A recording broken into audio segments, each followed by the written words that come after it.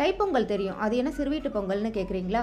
விவசாயத்துக்கு ஆதாரமான நீர்நிலைகளுக்கு நன்றி சொல்கிற பொங்கல் தாங்க இந்த சிறுவீட்டு பொங்கல். விவசாயத்தோட அருமையும் பண்டிகைகளோட பாரம்பரியமும் அடுத்த தலைமுறைக்கு தெரியணுங்கிறதுக்காக வீட்டில் இருக்கக்கூடிய பிள்ளைங்களுக்கு சொல்லி கொடுத்து அவங்கள வச்சு இந்த பொங்கலை செய்வாங்க. மார்கழி மாதம் 1ஆம் தேதியிலேருந்து வாசலில் கோலம் போடும்போது அதில் சாணி பிள்ளையார் வச்சு பூசணி பூ வச்சிருவாங்க. அந்த மாதம் முழுக்குமே அதை கலெக்ட் பண்ணி எடுத்து வச்சிருவாங்க. தைப்பொங்கலுக்கு பிறகு வர நாட்களில் அதே சமயம் தைப்பூசத்துக்கு முன்னாடி இந்த சிறுவீட்டு பொங்கலை கொண்டாடணுங்க. மண்ணால் சின்னதாக வீடு கட்டிட்டு அப்படி இல்லைன்னா வீடு மாதிரி வரைஞ்சிட்டு நம்ம தைப்பொங்கலுக்கு எப்படியெல்லாம் செய்வோமோ அதே மாதிரி இந்த சிறுவீட்டு பொங்கல் கொண்டாடணுங்க. பொங்கல் செஞ்சதும் அதை எடுத்துட்டு கூடவே வெத்தலை பாக்கு, பூ, பழம், சாணி பிள்ளையார் இதெல்லாம் எடுத்துட்டு போய் பக்கத்தில் இருக்கிற நீர்நிலைகளுக்கு பூஜை பண்ணி நைவேத்தியம் பண்ணணுங்க.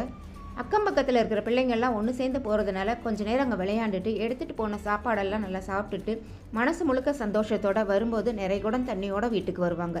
இந்த மாதிரி தான் சிறுவீட்டு பொங்கல் நாங்கள் கொண்டாடுவோம். திருநெல்வேலி மாவட்டத்தில் இது ரொம்ப ஸ்பெஷலுங்க. பிடிச்சிருந்தா லைக் பண்ணி சப்ஸ்கிரைப் பண்ணிக்கோங்க.